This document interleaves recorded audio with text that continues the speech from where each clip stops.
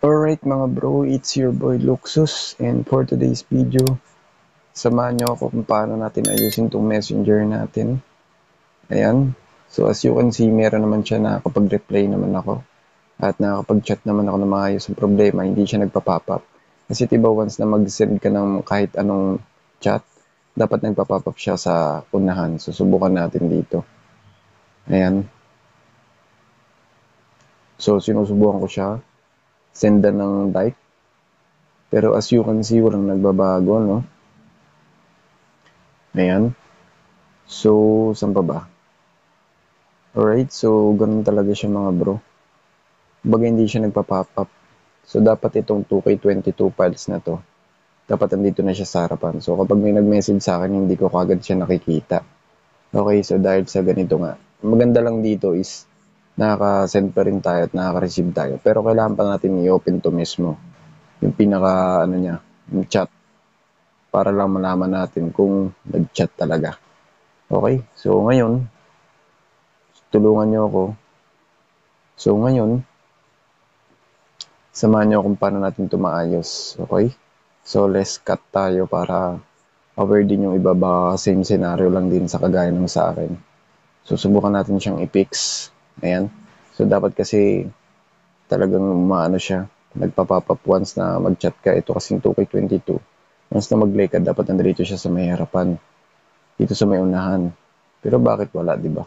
Okay, so ayan ang solve natin. Okay, so unang-una, make sure natin na updated siya sa Messenger.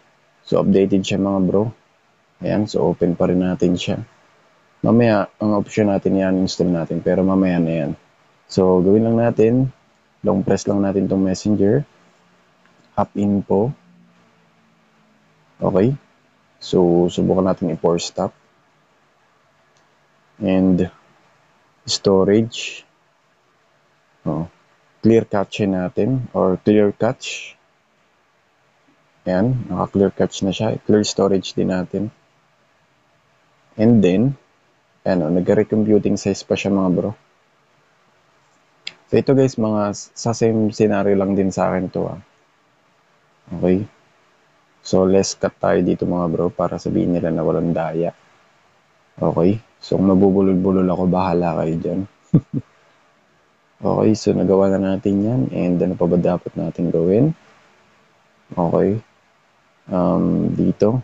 So click natin tong tatlong line. And then iganto natin siya. Huwag yung screen recorder kasi nagre-record tayo. Then after that, subukan natin siyang i-airplane mode. At least 30 to 40 seconds mga bro para ano, para talagang magpapalit yung pinaka IP address niya.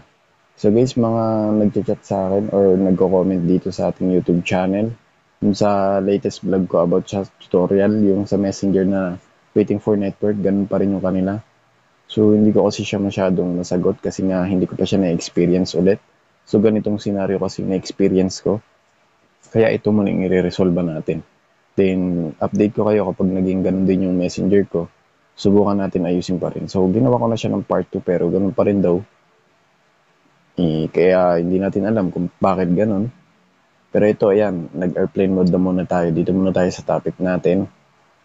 Okay, so nakakulik na ulit sa wifi natin. So subukan na ulit natin bumalik ng Messenger kung ganun pa rin. Okay, so mag-relogin na tayo. For sure, okay na siya. Click lang natin itong pinaka-ano natin, Facebook, Messenger.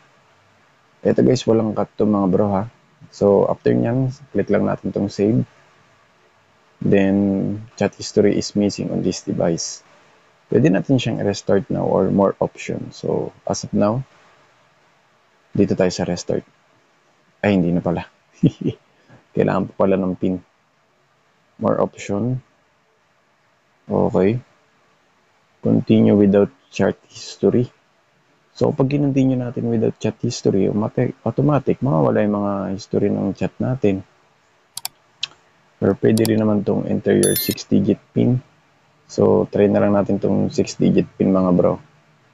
Okay, so stop ko lang saglit ha. Saglit lang naman. Okay, so tama kaya yung nilagay natin. Ayun, tama. Better na ilagay nyo na lang yung 6 pin nyo. Okay? So, not now lang natin to. Find your phone contacts on Messenger. Not now lang natin yan. Then, allow. You can now search by username. Okay. X lang natin to. Then, subukan natin ulit. Ang itatesting natin itong Luxus PH Super Files. Kailangan magpapapot na siya dun sa harap. Okay, send na. Ayan, okay na. So, kanina kasi guys, nagloloko siya. Pero try nyo rin dun sa mga waiting for network dyan. Baka effective din yung ganitong diskarte. So, ang ginawa ko lang naman mga bro is ganito lang. Punta lang tayo sa Messenger, long press, app info. Force stop nyo muna, kung sakali. Tapos, storage. Then, clear cache nyo or clear cache. Or, tsaka tapos clear storage. Then, wait kayo ng 30 to 40 seconds bago kayo mag-ano. Dahil kailangan nyo muna siyang i-airplane mode para mag-reset yung IP or mapalitan.